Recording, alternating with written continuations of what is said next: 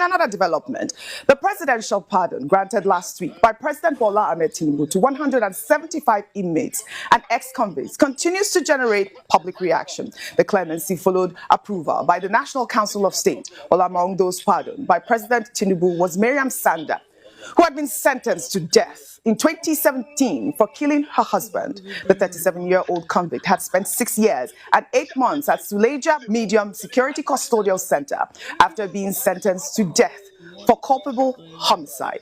Her pardon sparked widespread criticism. In response, presidential spokesperson Bayo Ononuga said that Sanders' family pleaded for her release in the best interest of her 2 children, adding that the plea was also anchored on her good conduct in jail, her remorse, and her embracement of a new lifestyle, demonstrating her commitment to being a model prisoner. Sanders was arrested in November 2017 for stabbing her husband to death over alleged infidelity. She claimed her husband died after falling on a broken shisha pot during an argument. Rufai, we took this story. When we took this story back in, I believe, when she was sentenced, it was heartbreaking to hear the circumstances that surrounded her death. And I'll take some reactions because the story has generated quite a few on social media, X, Instagram, and of course, Facebook. And I'll take Obiora, who wrote, "You can call it mercy, or you can call it what it is. Another reminder of how uneven our system truly is.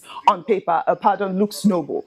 A show of compassion, a second chance, the image of a just leader extending grace. But in a country where justice bends for the powerful, mercy stops feeling like principle and starts to look like privilege.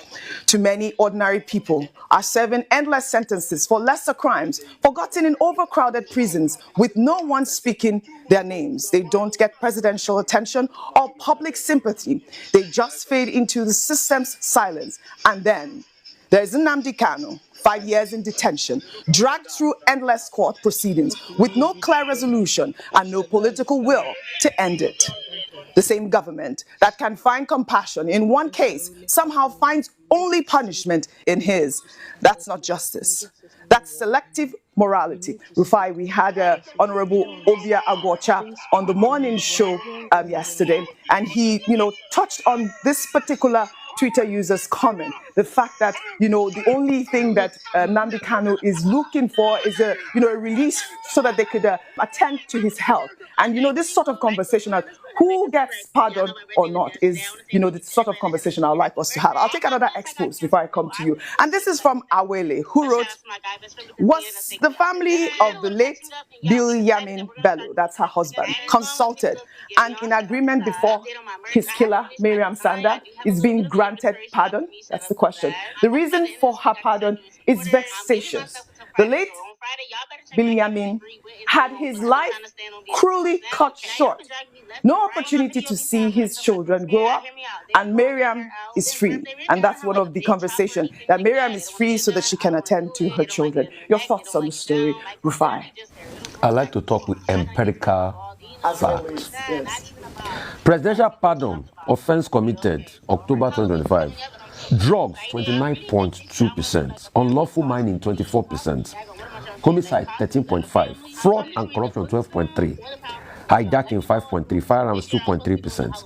Robbery and theft, 2.3%. Human trafficking, 1.8%. You see, at this rate, let's all go mad together. Because if we have now become a nation where we pardon criminals that our institutions fought hard to convict, then President Tinubu, in your next pardon, I have some names for you. You must pardon Lawrence Omajiakpo Anini. You must pardon Oyenusi, the criminal. You must pardon Shekau. Look at the joke Nigeria has become.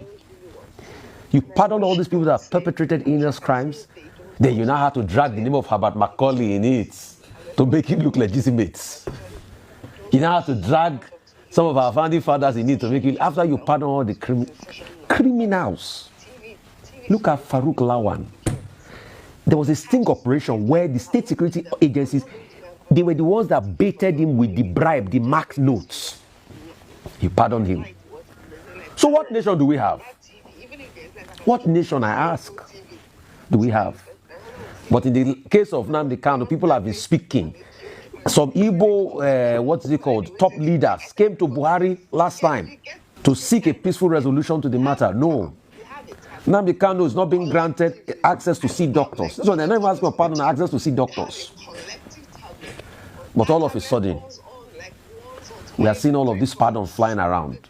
So what lessons do we want for children in the generations yet unborn?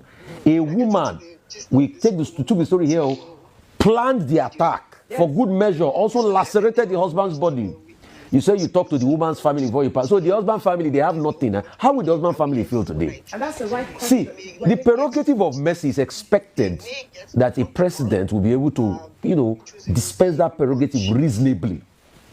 But as it is today, like somebody was saying today, I think they should be adding civil society so that we can circumvent the names brought forward. You see, our nation has just become a joke where anything happens.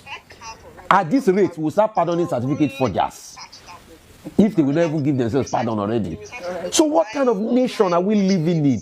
What kind of generation do we want to give? What kind of country? How would they pardon themselves once they forge the certificates?